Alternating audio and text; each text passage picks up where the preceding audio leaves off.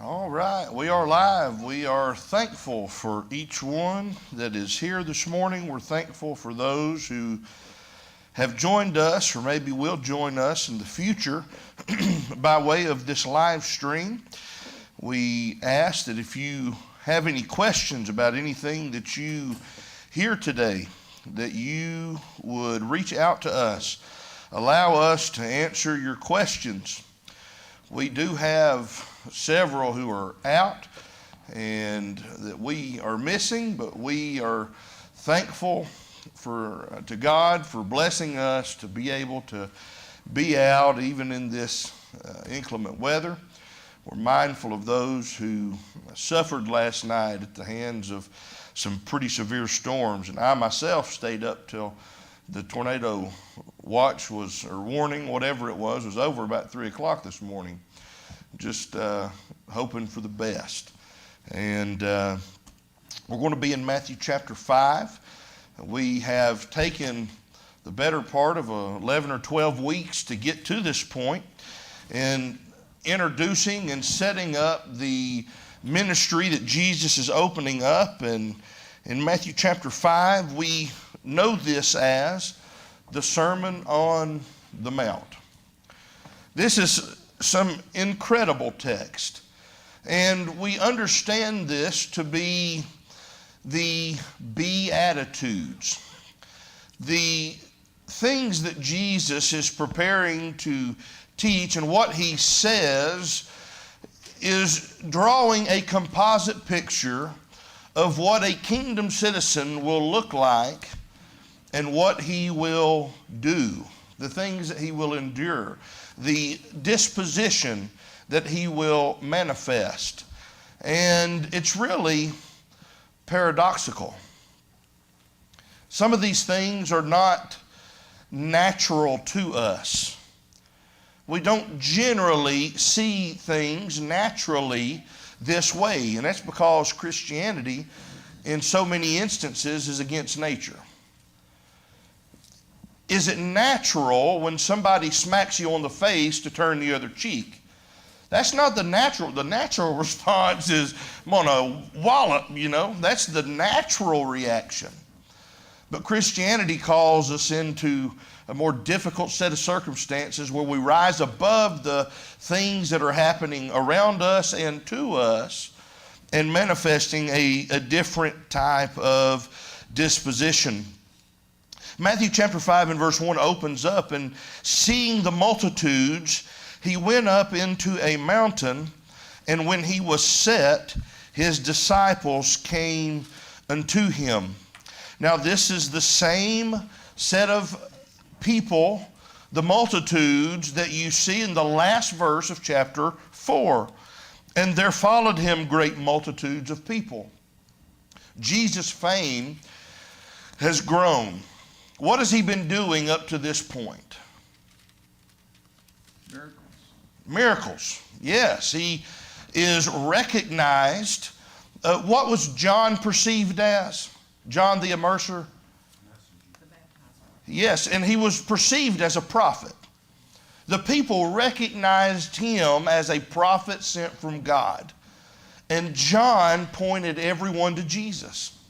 And so people recognize Jesus as this is the person. This is the person that has been promised to us.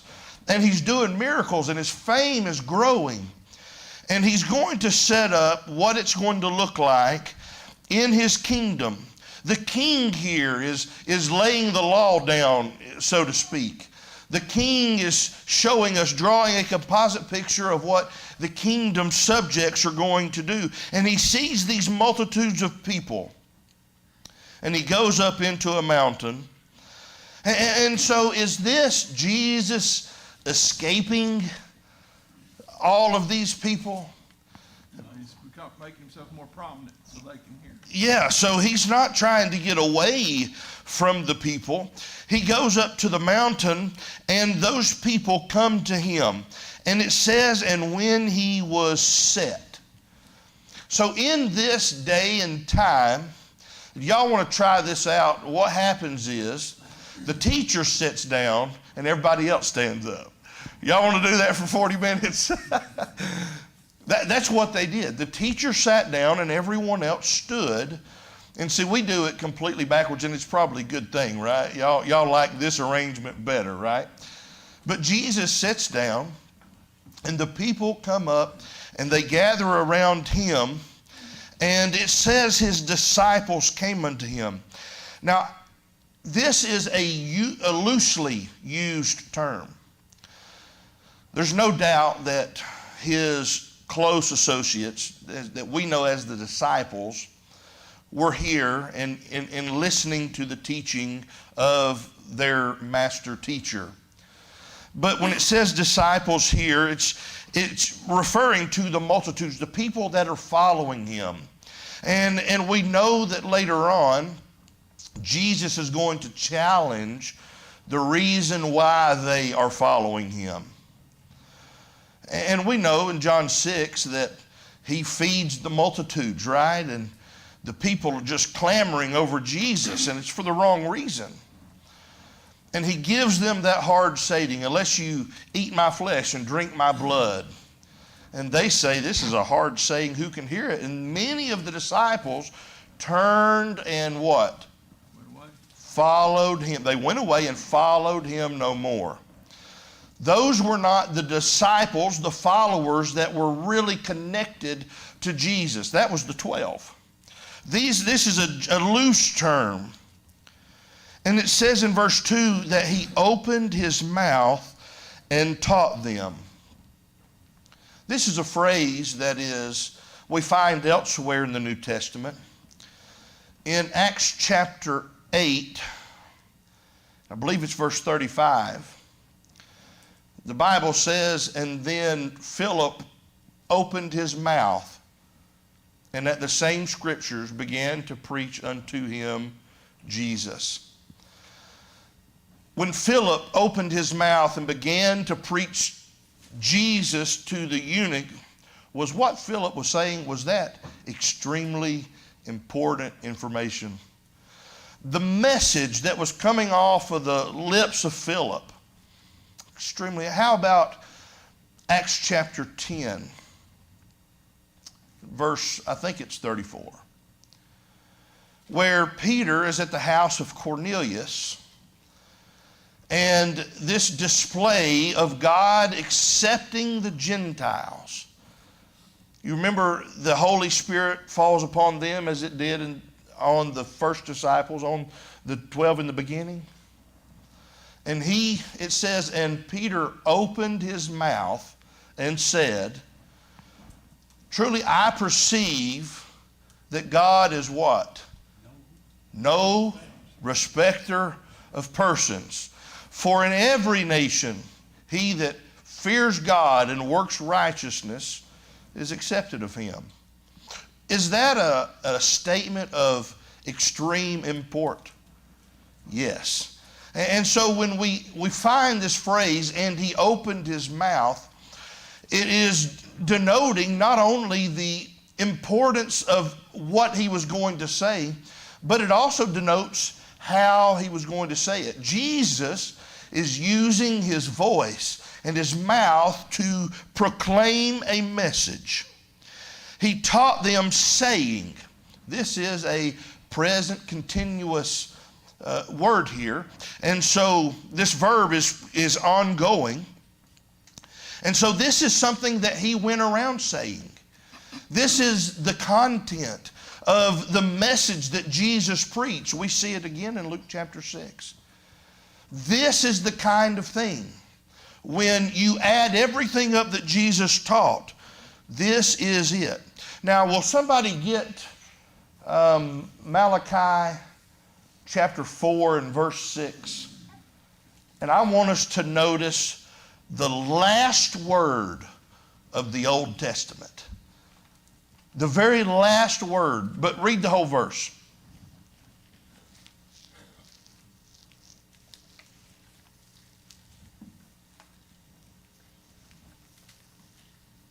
And he shall turn the heart of the fathers to the children, and the heart of the children to their fathers, lest I come and smite the earth with a curse. With a what? Curse. That's the very last word of the Old Testament. And Jesus opens his itinerant, the didactic ministry with what word? Blessed. Blessed. See, there's a stark contrast in how the Old Testament ends and how Jesus opens up this ministry. But there's also a stark contrast in how we view things in life and what Christianity expects of us. He begins this with, blessed are the poor in spirit, for theirs is the kingdom of heaven. This is interesting. This word blessed is the same word that we translate, or it means happy. And I don't think that Jesus is teaching here that this is the way to be jolly, that these principles are the way to just have the smile on your face all the time. But for ultimate fulfillment, to do things God's way. Somebody get 1 Timothy chapter 1 and verse 11, and I want you to notice this same word and who it's applied to. 1 Timothy chapter 1 and verse 11.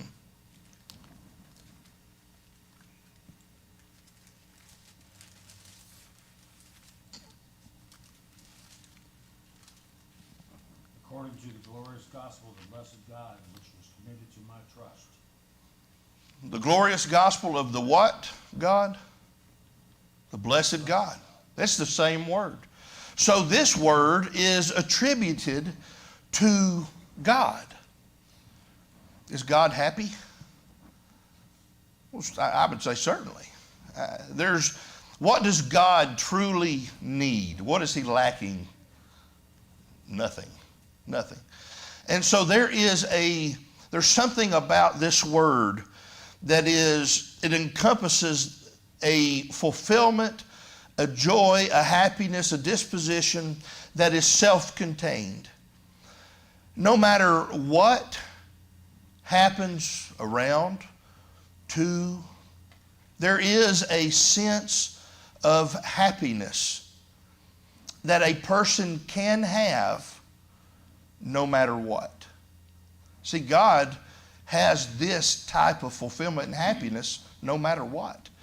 Are there things that break the heart of God? Yes. Are there things that make God weep, so to speak? The disobedience of his people. When a wicked person perishes, God takes no pleasure in that. The Bible tells us as much. But he is still, of himself, content and fulfilled.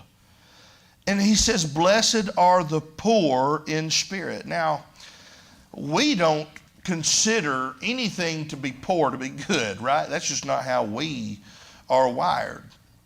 When he says poor in spirit, what is he driving at? What's the idea behind being poor in spirit?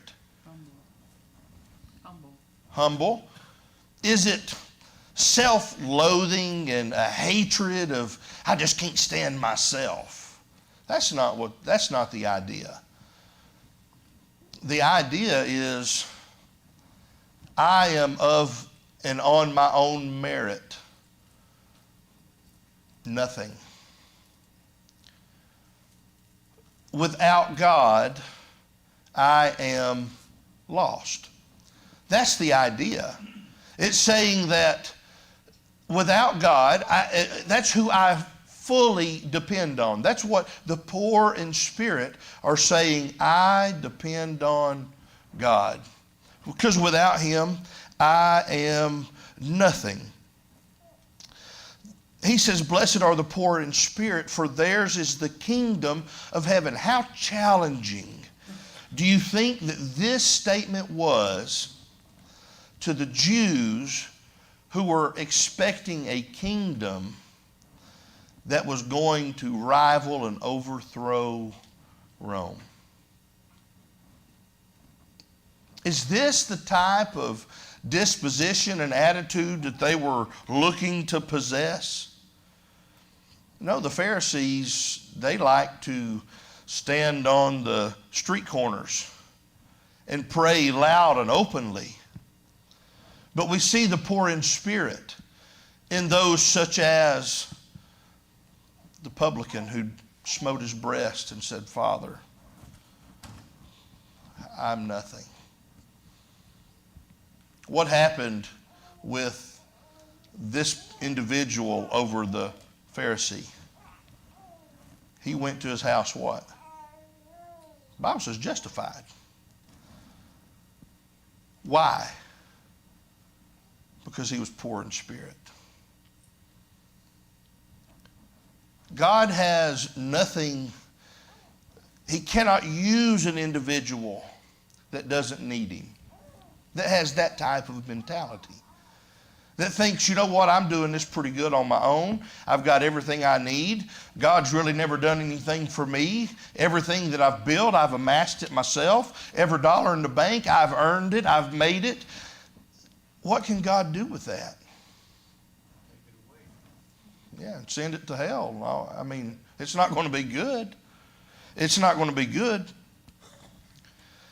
This is a promise to those disciples who would demonstrate this kind of attitude. This kind of attitude that says, Father, of myself, I am nothing. And being poor in spirit, they then inherit more than mind could even imagine. They lack self-righteousness. Yeah. Yep. They need his righteousness, not Yep. their own. And our righteousness is what? Filthy rags. The only righteousness that we have or can get is Christ. That's it. When we humble ourselves, James 4 and 6, James 4 and 10, when we humble ourselves, what does God do? Lifts us up. He exalts us. What does it take for a person to turn from their life, admit their faults, and seek to do better? Humility. Being poor in spirit. He says, for theirs is the kingdom of heaven. The idea is not that they, and I want to be careful on how I say this, because Hebrews writer says, and we receiving a kingdom that cannot be shaken, let us serve God with reverence and fear. But the idea is the kingdom is made up of these type of people. The contemporary English version says, God blesses those people who depend only on him. Yep. I like that. That's a great translation, because that's who God is seeking after. Those who just completely and utterly depend on him. Every good and perfect gift is from where? Above. James 4:17. And so if we depend on God and we are humble in how we view ourselves, God can use that. It's interesting that he says, blessed are. Not blessed shall be, not at some time in the future, but right now. It is an action that is taking place currently. Blessed are now the poor in spirit, for theirs is the kingdom of heaven. Blessed are they, verse 4, that mourn, for they shall be comforted. What is this idea of mourning? in the context here, it's not the idea of someone has passed away and I am sad about that, which we do mourn over situations like that. Tornadoes came through last night in several places and completely upended some folks' lives. And do you think they're mourning that today? Well, certainly. But what he's talking about, which is very much connected to the previous verse, is those who mourn their sinful condition. Blessed are those that mourn. You see, because the poor in spirit will recognize their sinful ways, and they'll mourn over it. It will cause them to be sad and to be sorry. Blessed are they that mourn, for they shall be comforted. It's interesting that in the previous verse with the word poor, there are two different words that we find in the Greek that describe poor, and there is those who are of low means, and there's those who are truly poor. That is like beggars, those who are completely destitute. Those that mourn are those who are truly broken in heart. God is looking for what kind of heart? A broken and contrite heart. A broken and contrite spirit thou wilt not despise. Psalm 51. What did you say? Penitent heart. Someone who mourns over their sin. What can cause us to have godly sorrow over our sin? What must we think about relative to our sin? Not being pleasing to God. Not being pleasing to God. God's word. Our sin makes us guilty before death. That's it. What did God have to give up, and what did Jesus have to do to take care of the sin problem? And when we grasp that, it ought to break our hearts that he did that for me. He did that for you. I saw a meme on Facebook the other day that said, I wished we hated our own sins as much as we hate the sins of everybody else.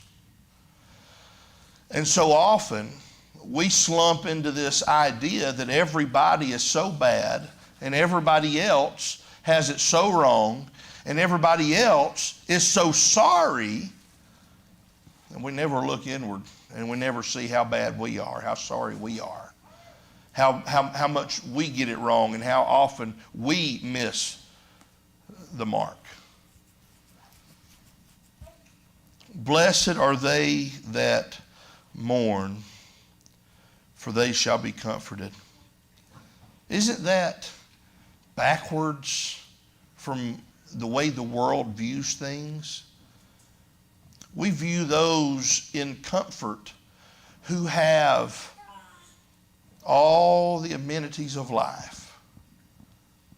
We view those that are comforted who always have more money than they have month, who always have whatever their little heart desires. We view that as comforting. God says those who are brokenhearted over their sin, those are who's going to be comforted. God offers us comfort and peace, right? In Matthew chapter 11, 28 through 30, he says, Come unto me all ye that labor and are heavy laden, and I will give you rest. Blessed are they which mourn, for they shall be comforted. Blessed are the meek, for they shall inherit the earth. This is a really interesting verse, because what is meekness?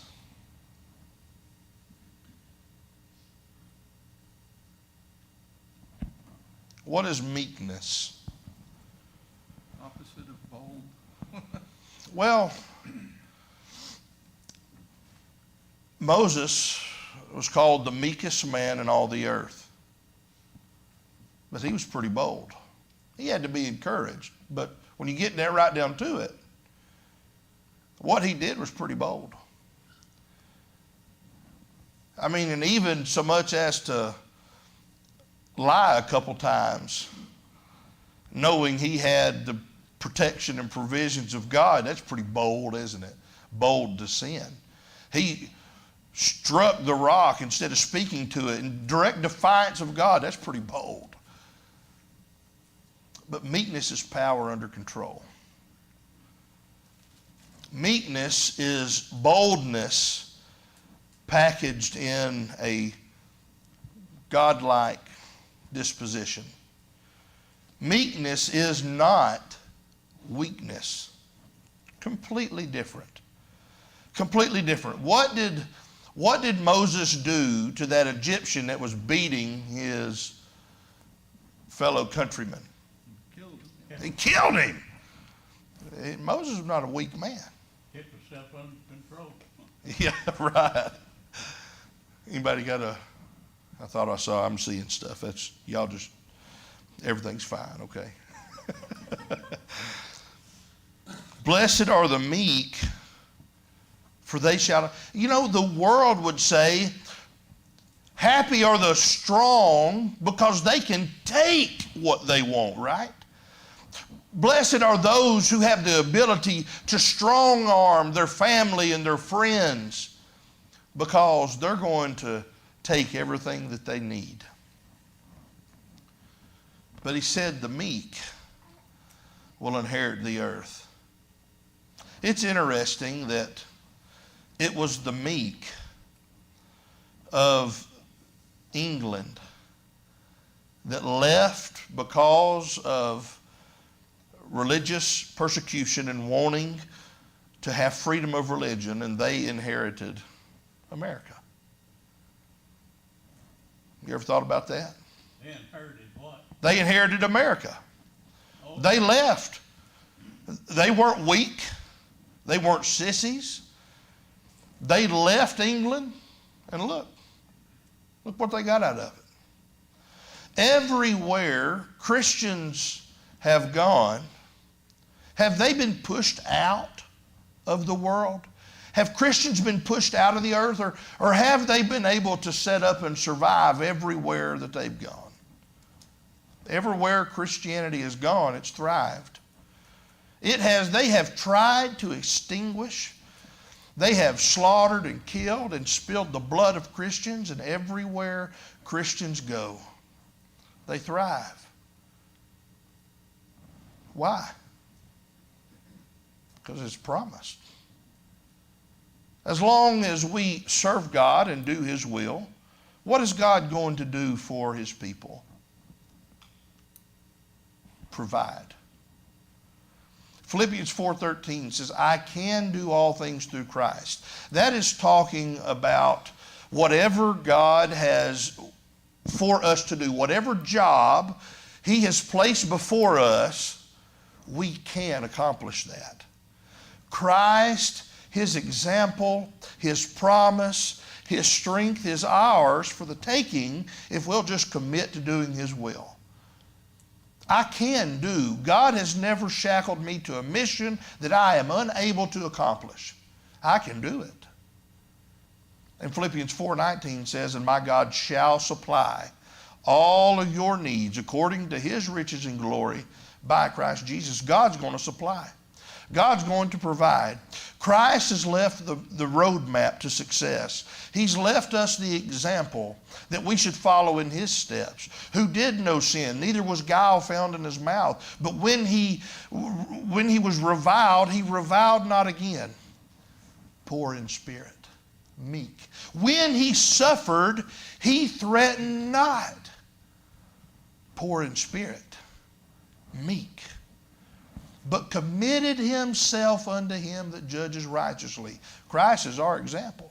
He has shown us how we can inherit the earth, how we can be blessed. I'm just reminded of when he was interviewed by Pilate and he stayed silent. He's like, aren't you going to say anything? Yeah.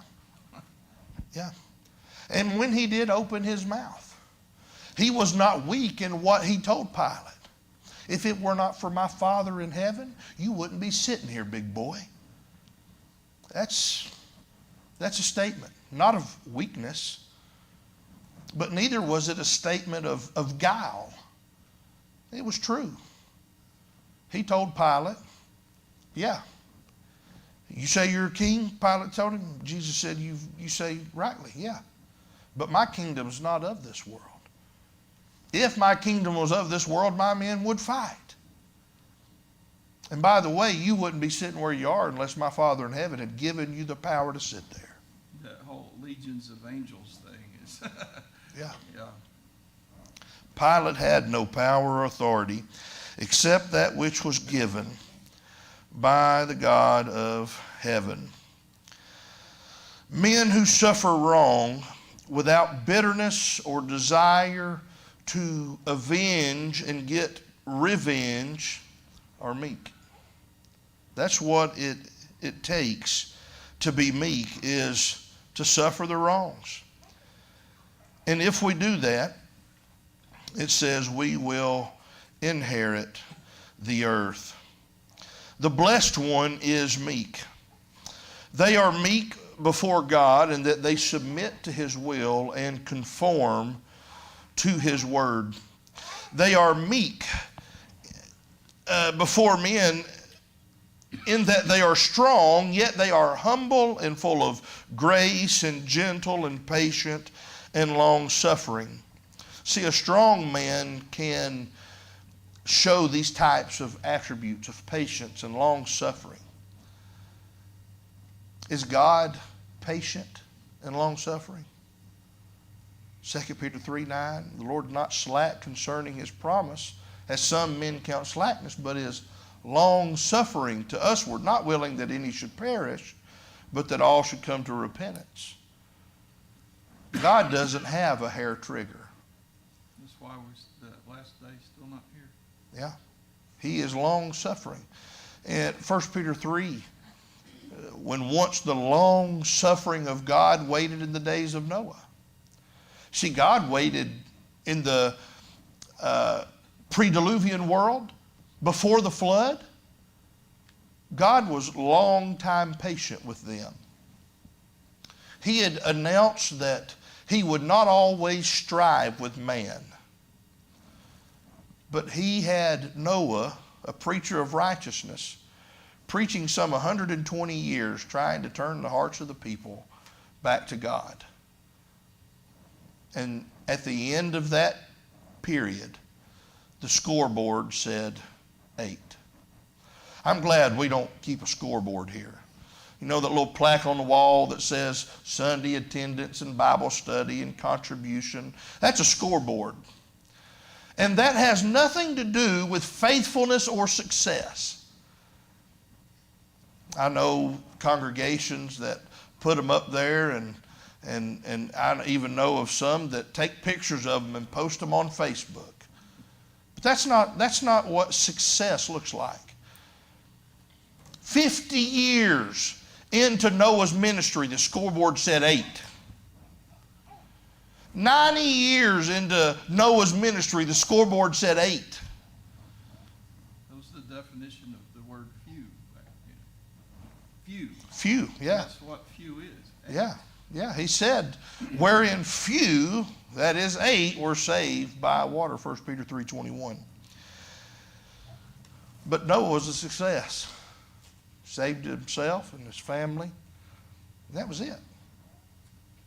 Noah was a success because he did what God commanded him. Genesis 6:22, and thus did Noah, according to all that God commanded him, so did he. That is a success. Without being poor in spirit, without being meek, without recognizing that God, you supply me with everything that I have, everything that I need, and without you I'm nothing, without that attitude, there can be no success.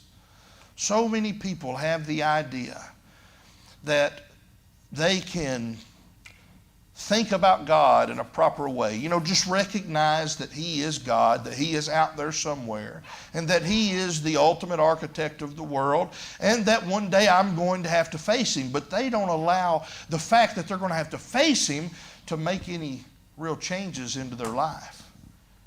You see, they still live the same old way. They don't darken the door. They don't live faithful. They think everything's going to be all right. They're not poor in spirit. They're not mourning over their sins. They're not meek. In verse 6, blessed are they which do hunger and thirst after righteousness. That's where we're going to pick up next week because we're out of time. Thank you so much for your participation and your attention.